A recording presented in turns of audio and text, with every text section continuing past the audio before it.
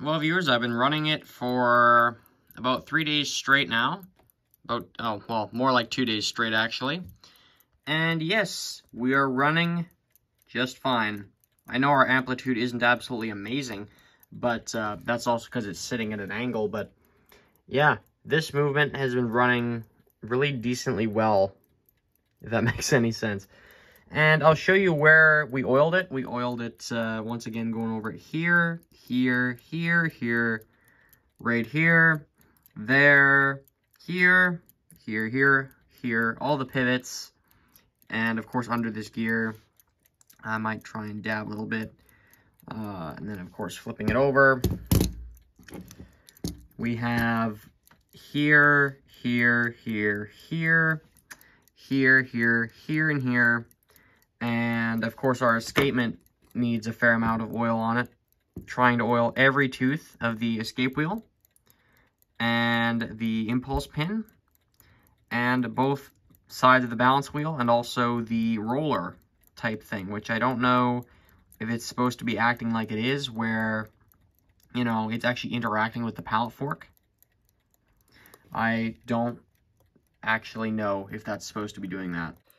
It seems like it is because it's not bent, so yeah, I'm pretty sure that is supposed to be doing what it's doing. And as for our movement here, we've actually forgotten to oil something. Every tooth of the alarm escape wheel. And, almost every tooth anyway. Yeah, just anywhere where there is friction on the movement. And as for this, I wonder how long this movement was around for. This may sound like a weird question to ask about now, but this movement must have had a fairly short run time. And I'm not talking about run time as in how long the clock runs. I'm talking as in how long it was made for. The actual run time itself, though, seems to be 50 hours.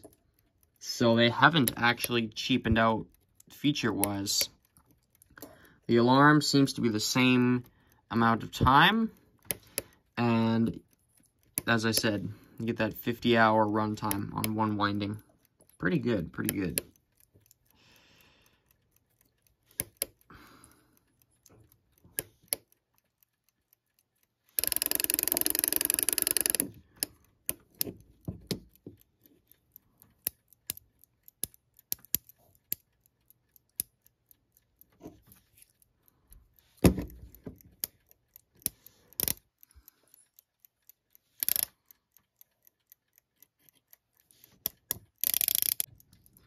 Gonna oil it here real quick. To be totally honest with you, viewers, I'm not sure how much of the reassembly you really need to see. It literally is just reverse of assembly. I'm gonna show you all the oiling though, at least, so you know kind of where you can go with that. I'm just gonna put a little bit on the bottom of this wheel here and stick it on right there. And yeah, now it's slowly starting to come together, and that piece is straight out of a baby bin, I'm pretty sure. Might even be entirely compatible with it, but I'd have to know to test. Sometimes stuff can look really, you know, identical, and then you actually try and test fit it and it won't fit for one reason or another. Something might be slightly too wide or whatever, because this, you know, it was designed for this movement, or at least it's being used on this movement. Doesn't mean just because it looks like it'll fit doesn't mean it will. You know what, that could use a little bit of a wiping off. I think there's a little bit of oil still stuck in this thing. Yeah. Check this out, viewers. Obviously, perfectly clean. And now that we've got that somewhat clean, I just ran some Q-tips through that piece there. There's not really much you can do with those types of riveted together, well, yeah, I guess stamped together pieces, because this does not come apart. So, yeah, you're kind of just try and clean it as best as you can, but, you know, you're probably not going to get everything out of there. And I'm going to, here, I'm just going to dab a little bit of oil inside of here. And I'm going to oil this spot right there.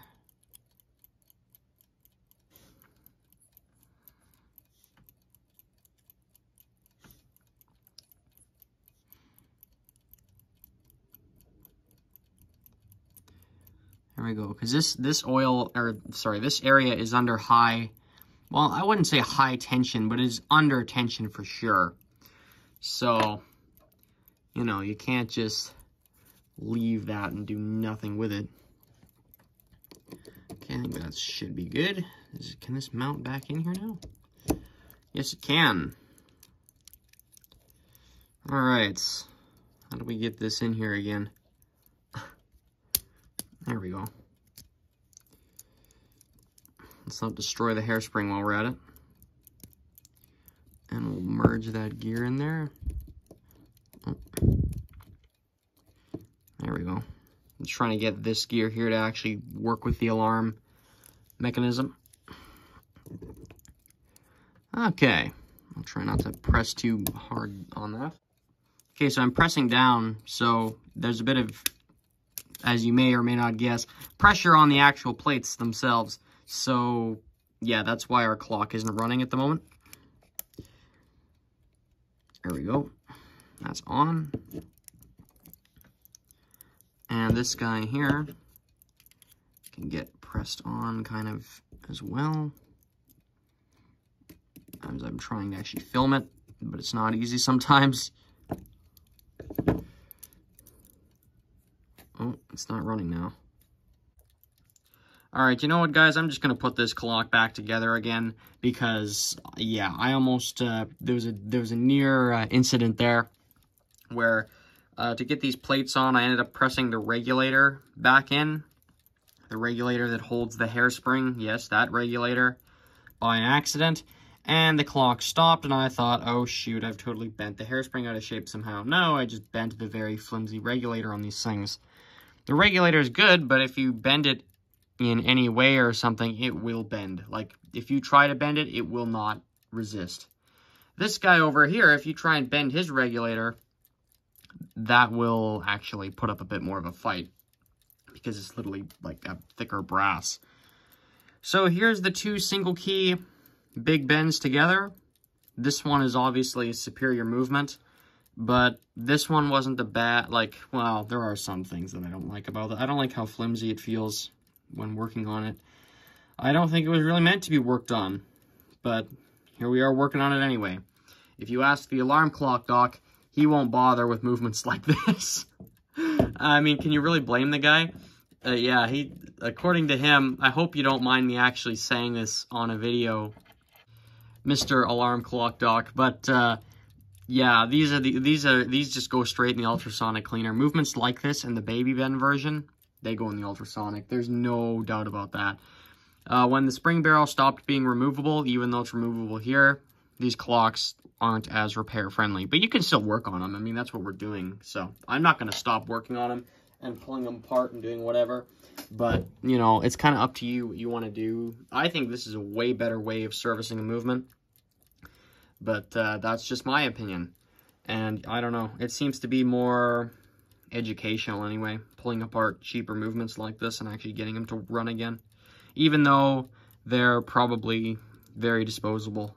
But anyway, yeah, speaking... but we got to do a bit more... well, the oiling's already been done, but I got to show you a few more spots here. Oiled this pivot. We've been through this already. Gave the hammer the contact areas like this here. Gave that a dab. And, whoops, that wasn't what I wanted. Gave that there a dab. Where else do we oil this thing? I'm trying to remember. This over here we oiled, like up in here.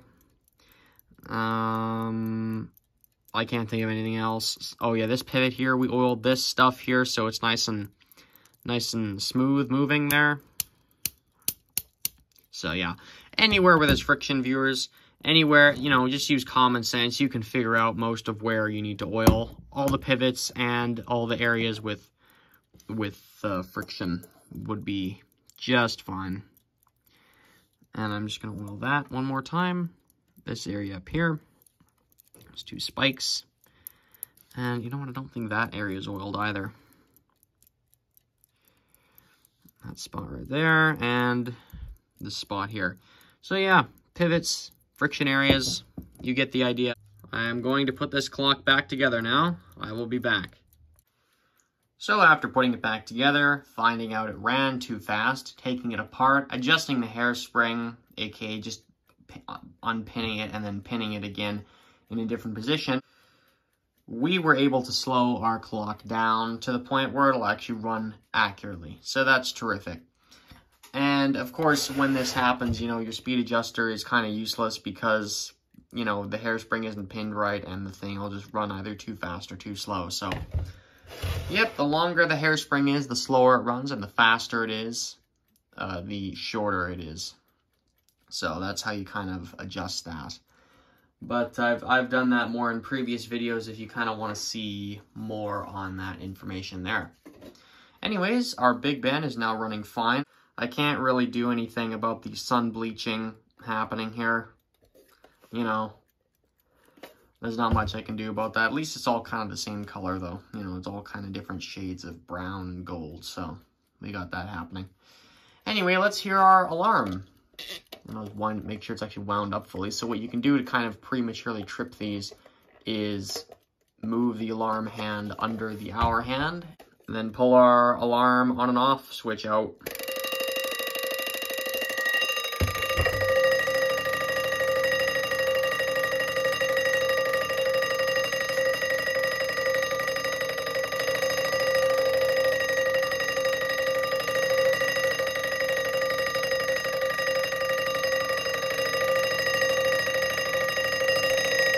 Gonna pause that for a second, put it on loud. That's just a piece of rubber, keep in mind, viewers. The soft and loud is literally just a piece of rubber on the bell.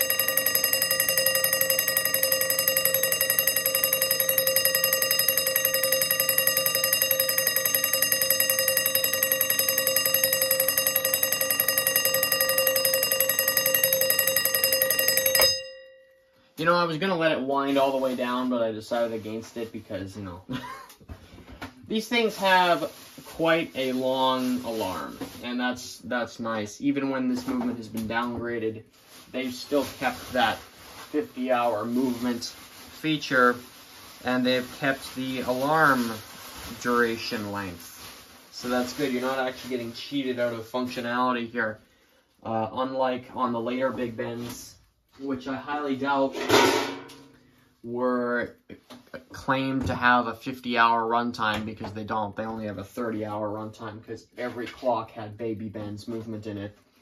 But that's a story for another day. Yeah, this is the Big Ben Style 8 downgrade. The last Big Ben, the last new Big Ben, I should say, to ever have its own movement in it. Its own special movement designed for Big Ben and no other clock. It's really kind of, you know, that's a kind of a depressing thought to think about, that they totally just decided to go with Baby Ben. Now, granted, there's nothing really wrong with Baby Ben, but he doesn't run for 50 hours, and he does not have the alarm that runs like that. Really, in the end, Big Ben and Baby Ben were basically the same clock in a different case. And you got the exact same functionality. One was just bigger, and the other was smaller, but it was the same clock. And I'm pretty sure they were both the same price up near the end as well. So at least if you know, at least you had that. I'm pretty confident they were the same price. Maybe I'm wrong on that, but that's a story for another day. Anyways, viewers, I've talked long enough. This is the Westclox Style 8 Big Ben downgrade from about 1971 or so.